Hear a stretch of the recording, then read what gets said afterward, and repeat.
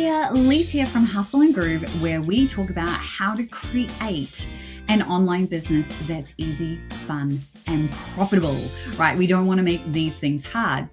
Anyway, today's video is all about how do I create these videos? So this is a question that I've been asked a few times. So I wanted to just kind of walk you through this.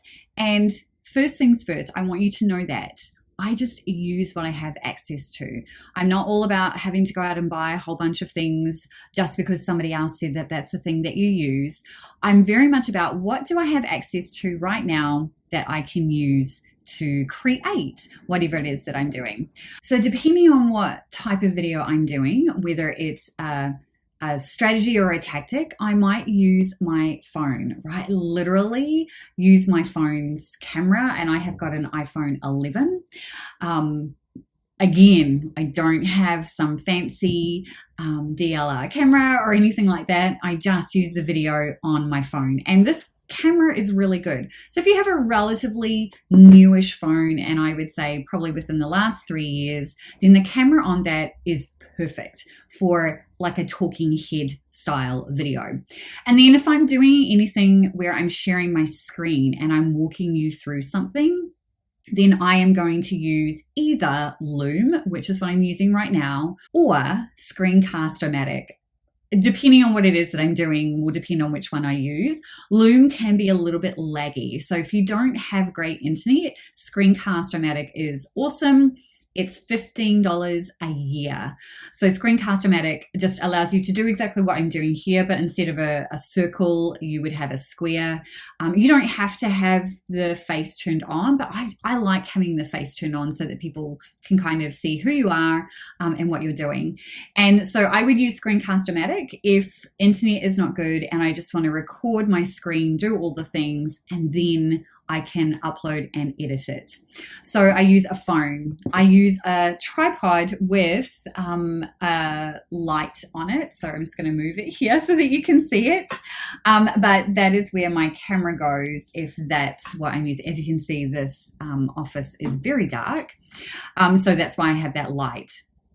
So if I was using my camera, and depending on the time of day and depending on where I'm doing this, I would use the ring light, tripod, or I would simply go and stand in front of natural light. Still using the tripod, right? Like still need to do that.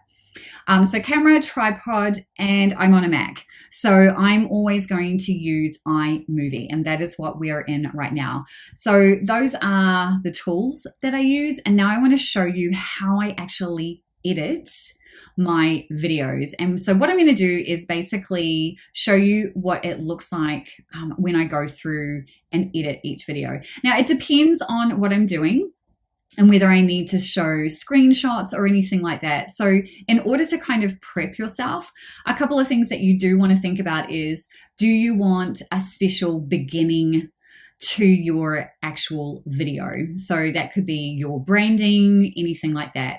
You can pay someone on Fiverr to create that for you, or you can use Canva. And the one that I have at the beginning of my video is one that I generated in Canva. So you can actually edit videos in Canva now too. But again, I've had iMovie for so long now that I know how to make all the transitions and just do it. So it's easy, right? And I'm all about doing things that are easy and fun. Right? Why make things more complicated? But if you're someone who does use Canva and you're using the video editing area, then use that. So in order to do videos for YouTube, you just have to make a decision around whether you want to have a branded start, which I do. You need to decide whether you want any sort of introduction music. I do. I have a royalty-free sound that I have at the beginning that I'm going to show you what I do with that. And then if you do have any images that you're planning to kind of show in picture with your actual video, you'll need those too, and then you would need to upload them. So obviously I'm using iMovie. Whatever you're using, if you're on a Windows, you'd be using something else. But like I said, I'm using iMovie. So I'm going to walk you through how I edit and what that looks like. And literally it normally takes me maybe half an hour to an hour to kind of do all the bits and pieces in terms of editing. because you do have to listen to your video. You do have to watch it to go through and edit any pieces out where we've made mistakes or anything like that. So that's one thing I should also let you know, is that I just record the thing all in one go, and then I edit out the mistakes. So I don't try and stop and start and do all of those things. I literally just record and then go back through and edit. Now, depending on how long your video is, depends on how long your editing process is going to take. Hey guys, so in this portion of the video, I wanted to quickly show you how to create your own intro using Canva. Super, super easy. So I am using Canva Pro. So some of the things that you see in here might only be available if you pay for Canva, but 9 times out of 10, you can 100% get by using the free version. So I'm just going to come over here and click on Create a Design. And then what I'm going to do is type in YouTube and see what comes up. So you'll see that there's YouTube channel art, channel logo, all these types of things. But the one that I'm going to pay attention to is YouTube intro.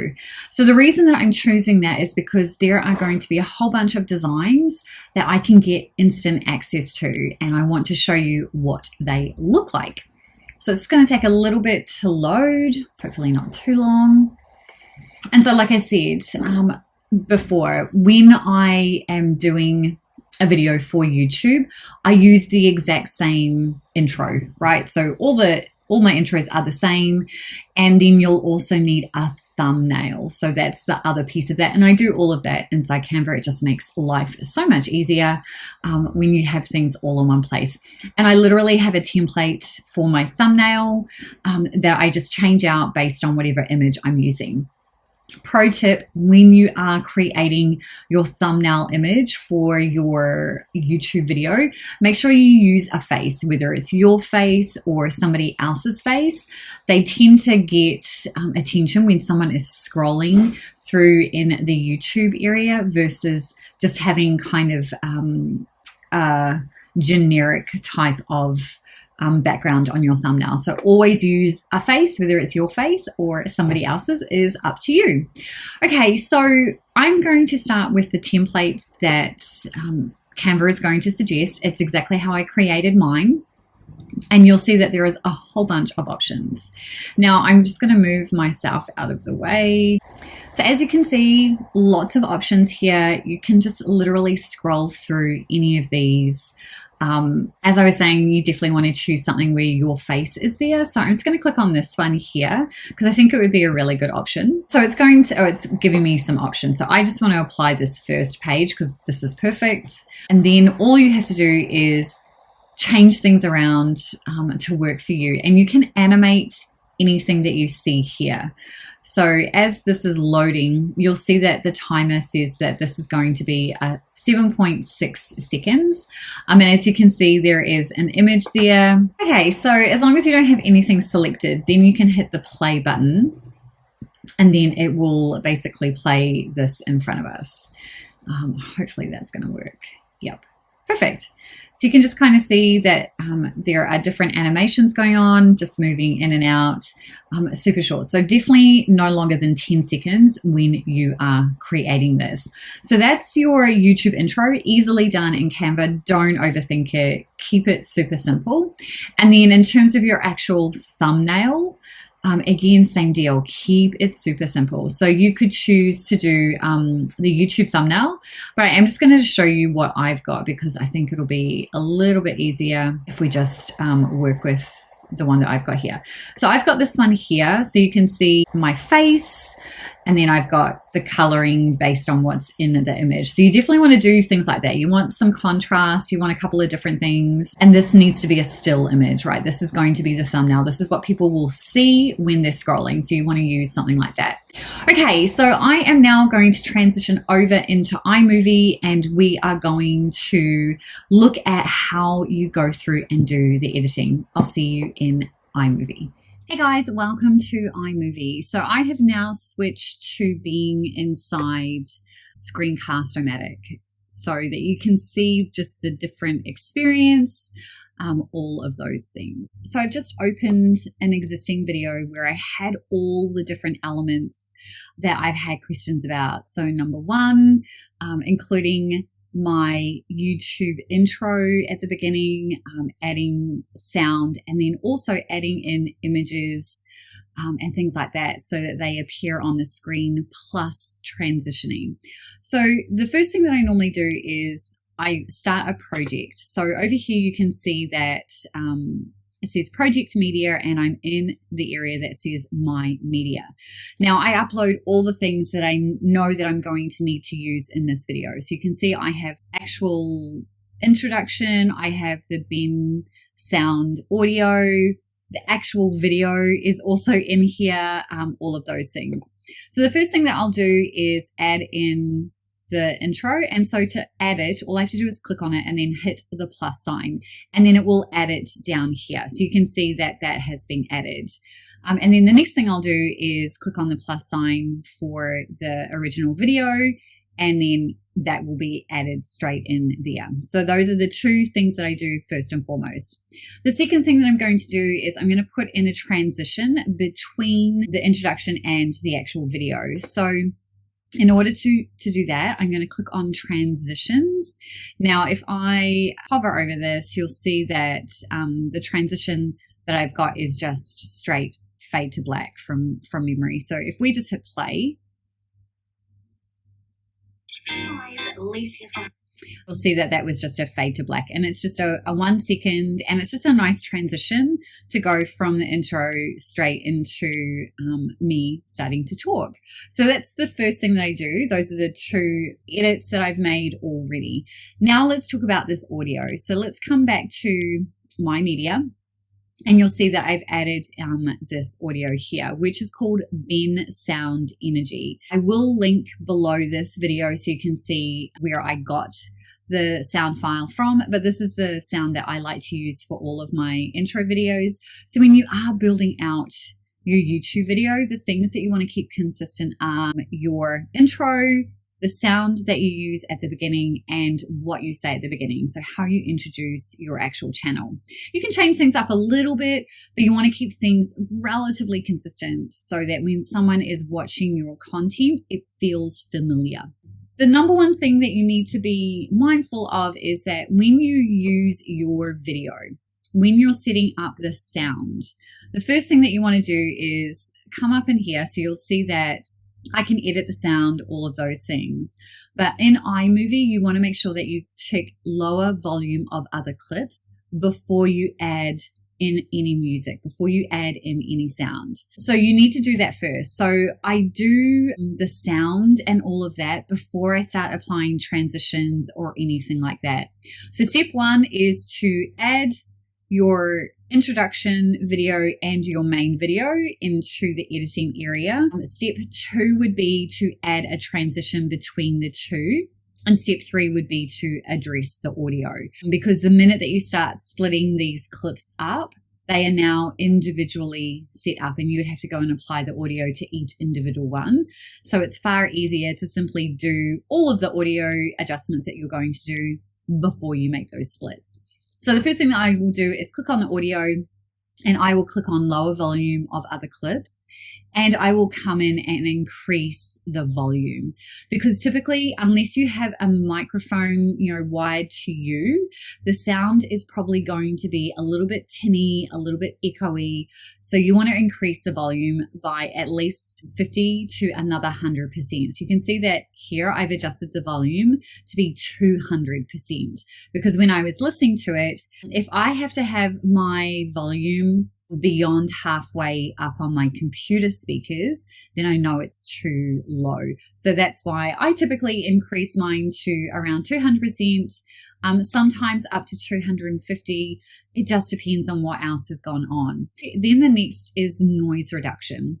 So I'm going to go ahead and reduce any background noise by 100%. So if anything else has been going on in the background, I want that to be removed as much as possible, or muted as much as possible. So that's how you go ahead and do that.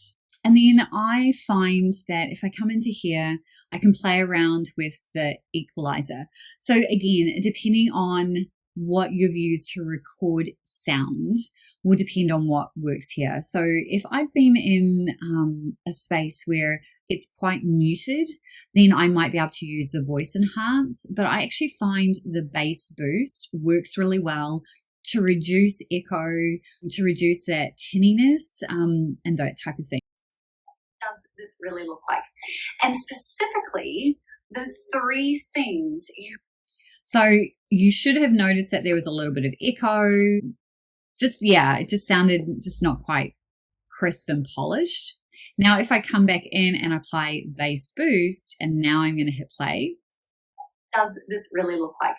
And specifically, the three things you really need to know. So now you should be able to tell that, one, this sounds louder, and two, it is a bit more bassier and not as tinny and not as echoey. You may have to play around with your own sound equalizer depending on what you're accessing, but I typically find that the bass boost works extremely well. Okay, so now that I've sorted out the sound, now I'm going to come in and play with the music. Now you'll see that I've got like this slider option. I typically expand it out to about midway so that I can come in and edit the sound and stuff like that. So as a rule of thumb, I typically like to have the sound come in and go probably about 14 seconds in, or once I finish my blurb about what the channel is about. So it really is what works best for you. But remember, you need to have applied the sound, lower the volume of other clips before you add in your audio or your music. So all that I do is grab this. Now this is 2.9 minutes long, which is way too long, right? I definitely don't need that. But all I need to do is same deal. But instead of clicking the plus sign, I would actually drag this down into this area down here. So you can see that if I do that, it pops it straight into this area here, and automatically it will adjust the sound. It takes a little bit sometimes for this to happen. As you can see, it just did it just then. So it just takes a little bit for it to do it. You just need to allow it for it to happen. And now it's lowered the volume. So I don't need to adjust the volume on this track because iMovie is taking care of it for me. So then what I want to do is I might want to fade out the sound so that rather than just the music stopping and me continuing to talk, because I don't have it going the whole time, I want to do a fade. So I'm just going to delete this, and you can see that here. So I can actually increase that, decrease it, all of those things. So basically if I place this here and I'll hit play, you'll start to notice that the sound starts to fade out not long after we hit play. To start a digital business in 2021, right? Like what does this? And then you can see it's now faded out and there's no just harsh end. So I do that there, and then I also apply that at the end of the video too. So I literally am just copying what I have here and moving it to the end and just adjusting as needed. Okay, so that's kind of all the setup, and that would be the minimum things that I would apply to my video. But now let's talk about all these different transitions. Now at the end of the day, when it comes to doing transitions and all that sort of thing, this is where you have to listen to your video. So as you can see, this video here was 14 minutes and 57 seconds. So that's how much time minimum it's going to take for me to get through this video. I'm going to be stopping and editing as I go. So what I'm looking for when I'm doing this is, where is a nice segue into a specific topic. Now, typically when I'm doing my videos, I am doing like steps or specific topics that I'm talking about. So I already have an idea of where I'm going to do that. I just need to play the clip to understand where those pieces are going to be. So in terms of this transition, if we come back into the transitions area, I really like the swap transition. So if I hover over that, you can see what it looks like. And all I have to do is hover over the clip and select it, and then click on modify. And then I'm going to choose to split the clip. And all that will do is just put a split. You won't see it in the actual video when it plays, but I can see it on my end, and then that's where I can drop in this swap. And you can see that if I pop it in here, it's already there, so I don't need to. And then that takes care of that. So quickly, I'll just show you what that looks like. Get you there. So number one.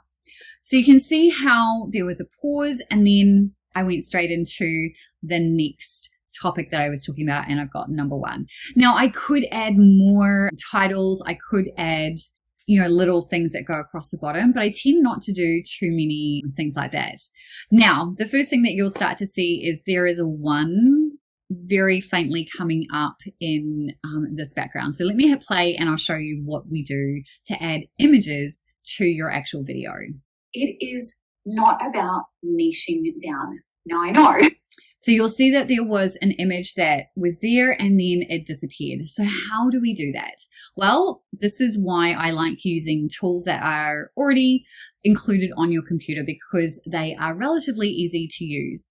So as you can see, if I hover over this, there is an image here. And the way that it works in iMovie is if we come back to my media, all I have to do is drag it to where I want it to go.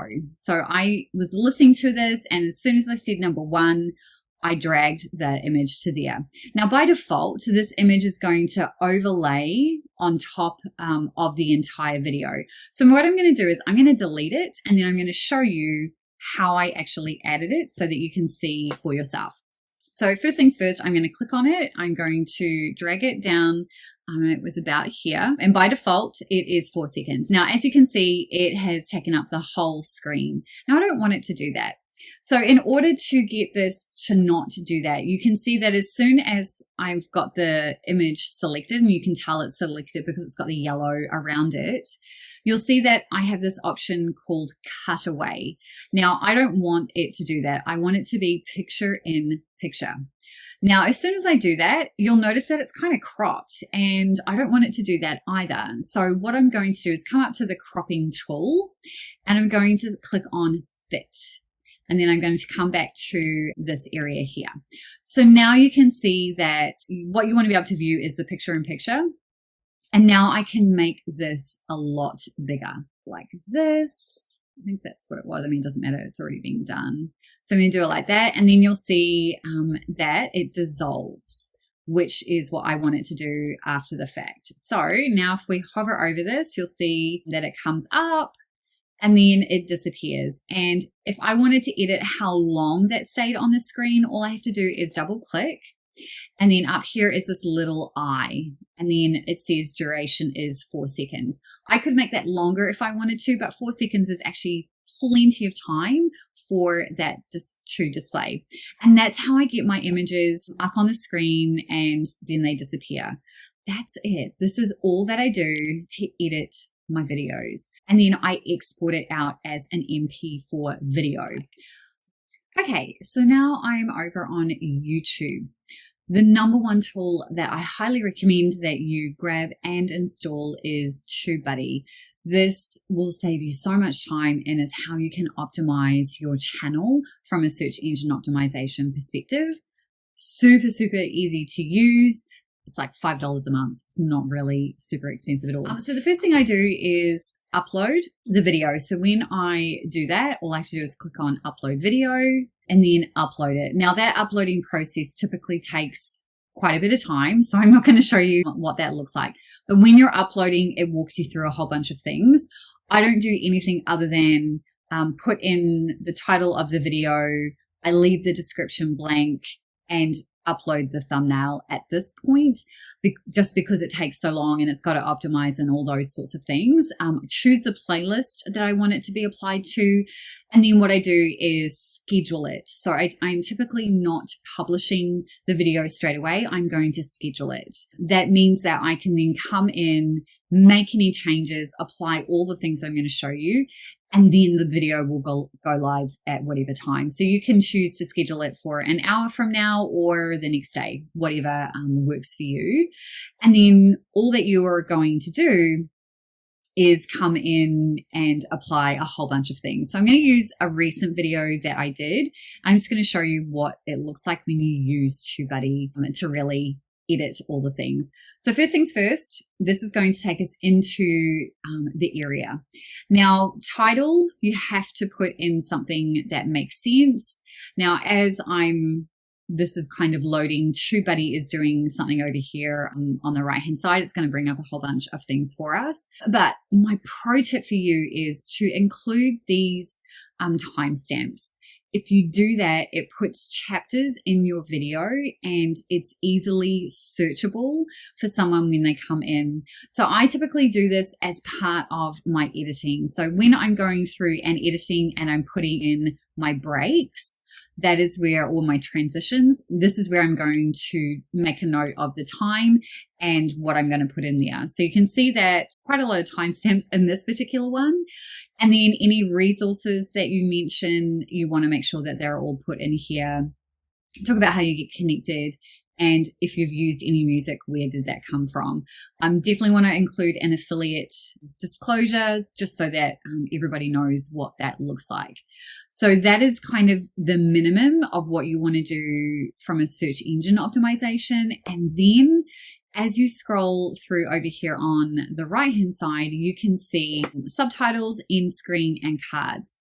Now, I don't worry about subtitles. I allow YouTube to auto generate those, and that is something that you can have set up when you're going through and uploading your video, and I just leave that to be the case. 9 times out of 10, they're pretty accurate, but you're more than welcome to come in and edit those yourself. You always want to apply an end screen. So the end screen is where you would promote another video of yours. And if I click on this edit, it automatically brings up the time that you should put an end screen and some different options based on what you want to show, or you can do it based on what would make sense for your person watching. So at the moment, I have this laid out like this. So you can see how it's going to look, and you can see that I'm actually linking to the Online Business Strategies playlist. So I've popped that in there, and I think that's perfect. And you've got a whole bunch of different options too. I've also got subscribe. You could also apply a template. You can add more in here if you want, but that's basically what it looks like. You can do lots of different things, but just minimum add something, even if it's just the next video in there, or you can allow YouTube to display one of your videos based on their specific things, like their interests, but it all come from your channel. So I'm just going to hit discard on that. And then cards. So the cards are actually an opportunity for you to link out to more content. Now, in order to be able to do this, in order to be able to link out to a website, you have to verify your website. So they won't let you just link out randomly to a website. It does need to be one that you yourself own. So you need to go through that verification process.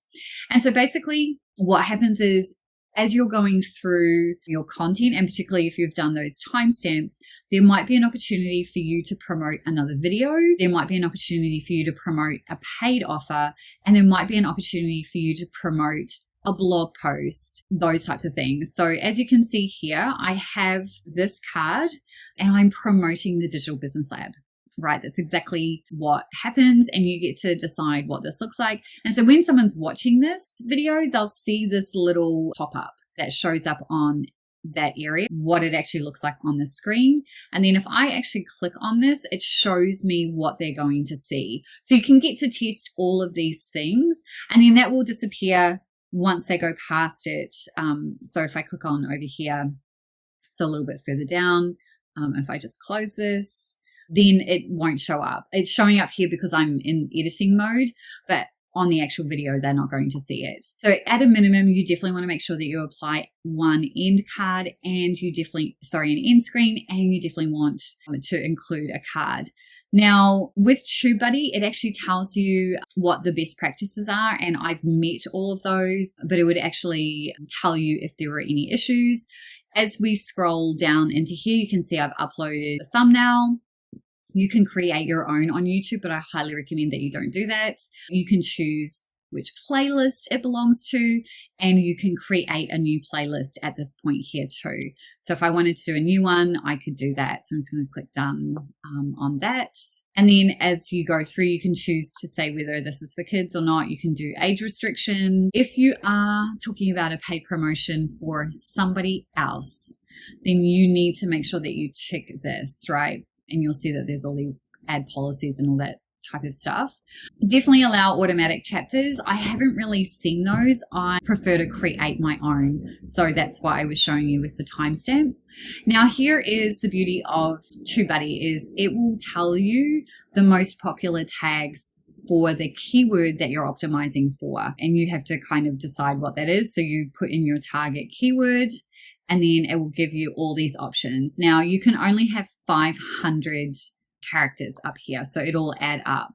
So I've just chosen all the ones that make the most sense for me. And then basically once all of that is done, you just hit save and then publish, whatever that kind of looks like for yourself. And that's it. That is my entire YouTube process. I hope this was helpful. If you want more information like this, let me know in the comments below. Otherwise, I will see you guys in the next video. Take care.